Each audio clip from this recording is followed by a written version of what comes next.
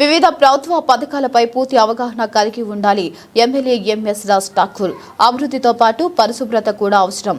ప్రజాపాలన ప్రగతి ప్రణాళిక సన్నాహక సమావేశంపై స్థానిక సంస్థ ప్రజా ప్రతినిధులకు నిర్వహించిన శిక్షణ కార్యక్రమంలో పాల్గొన్న మంత్రివర్యులు అడ్డూరి లక్ష్మణ్, ఎమ్మెల్యే ఎంఎస్ రాజ్ ఠాకూర్, జిల్లా కలెక్టర్ ప్రభుత్వం చేపట్టిన 99 రోజుల ప్రజా పాలన ప్రగతి ప్రణాళిక ప్రోగ్రాంలో నూతనంగా ఎన్నికైన ప్రజా ప్రతినిధులు భాగస్వామ్యం కావాలని జిల్లా కలెక్టర్ కోయ శ్రీహర్ష తెలిపారు. బుధవారం రంగాపూర్లోని రాధాకృష్ణ ఏసీ కన్వెన్షన్ హాల్లో ప్రజా పాలన ప్రగతి ప్రణాళిక సన్నాహక సమావేశంపై స్థానిక సంస్థ ప్రజా ప్రతినిధులకు నిర్వహించిన శిక్షణ కార్యక్రమంలో మంత్రివర్యులు అట్లూరి లక్ష్మణ్, జిల్లా కలెక్టర్ కోయ శ్రీహర్ష, రామగుండం ఎమ్మెల్యే మక్కన్ సింగ్ రాజ్ ఠాకూర్తో కలిసి పాల్గొన్నారు. ఈ సందర్భంగా రామగుండం నియోజకవర్గ శాసనసభ్యులు పెద్దపల్లి జిల్లా కాంగ్రెస్ పార్టీ అధ్యక్షులు ఎంఎస్ రాజ్ ఠాకూర్, జిల్లా కలెక్టర్ కోయ శ్రీహర్ష మాట్లాడుతూ నూతనంగా ఎన్నికైన ప్రజా ప్రతినిధులు జూన్ 12 వరకు జరిగే 99 రోజుల ప్రజా పాలన ప్రగతి ప్రణాళిక కార్యక్రమంలో ఉత్సాహంగా పాల్గొంటూ క్షేత్రస్థాయి సమస్యలను అధికారుల దృష్టికి తీసుకుని వచ్చి పరిష్కరించే దిశగా కృషి చేయాలని ప్రజా ప్రతినిధులు అధికారులతో కలిసి సమన్వయంతో పనిచేయాలన్నారు. మార్చి 15 లోపు వివిధ శాఖలలో చాలా కాలం పెండింగ్ గా ఉన్న ఫైల్స్ పరిష్కారం కోసం చర్యలు చేపట్టామన్నారు.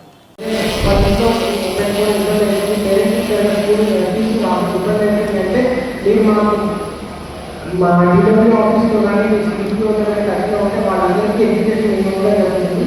ఇప్పుడు మనం సుల్తానాబాద్ స్కూల్ పెట్టాలి, ఇంకొక స్కూల్ మేము మండలికి చేయడానికి ప్లాన్ చేస్తున్నాం. ఈ దృష్టికి ఏమైనా వచ్చినా కానీ ప్లీజ్ బెనిఫిట్లో డిఎంఓ ఆఫీస్కి వస్తే డివైడ్ చేసుకుంటాం. వాళ్ళకి కావాల్సిన పేపర్ కోసం డివైడ్ అయితే అది మొత్తం చేయడం జరుగుతుంది అనమాట. ఇది ఒకటి నేను నోట్ చేసుకోవచ్చు. ఇదే కాకుండా మన దగ్గర 10-12 భవితా సెంటర్స్ ఉంటాయన్నమాట. ఫర్ ఎగ్జాంపుల్ మీరు మెంటల్ రిటార్డెడ్ కన్నా కొంచెం ఎఫర్ట్ పెడితే స్కూల్కి వెళ్తామని అట్లా పిల్లలు ఉంటే మనం భవితా సెంటర్స్లో నా దగ్గర ఫిజియోథెరపిస్ట్ ఉన్నారు, నా దగ్గర టీచర్స్ ఉన్నారు. మీరు అక్కడికి పంపిస్తే వాళ్ళొక 1-2 ఇయర్స్లో వాళ్ళకి ప్రాపర్గా సెట్ చేసి మళ్ళీ స్కూల్లో జాయిన్ చేయించాలి. ఎవరు చాలా మంది పిల్లలు ఉన్నారు. ఫస్ట్ వాళ్ళకి మాట్లాడడం రావాలి, తర్వాత రెగ్యులర్ స్కూల్లో కూర్చోవడం వాళ్ళందరూ జాయిన్ అయ్యేవి రెగ్యులర్ స్కూల్కి వస్తాము. కానీ మన డిపార్ట్మెంట్ తీసుకొస్తే నెక్స్ట్ మొత్తమే వస్తాయి.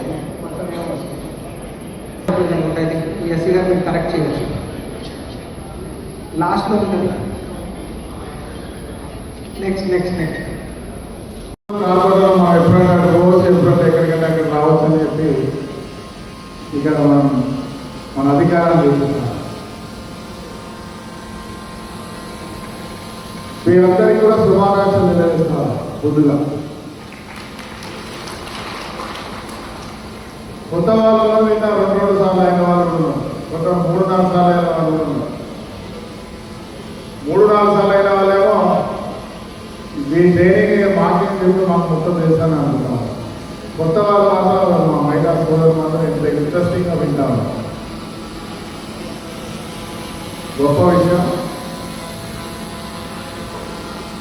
ఈరోజు రాష్ట్ర ముఖ్యమంత్రి రేవంత్ రెడ్డి గారు మీ అందరికీ తెలిసిన విషయమే 2 సంవత్సరాలు దాటి 2.5 సంవత్సరాలు దగ్గరగా వస్తాం.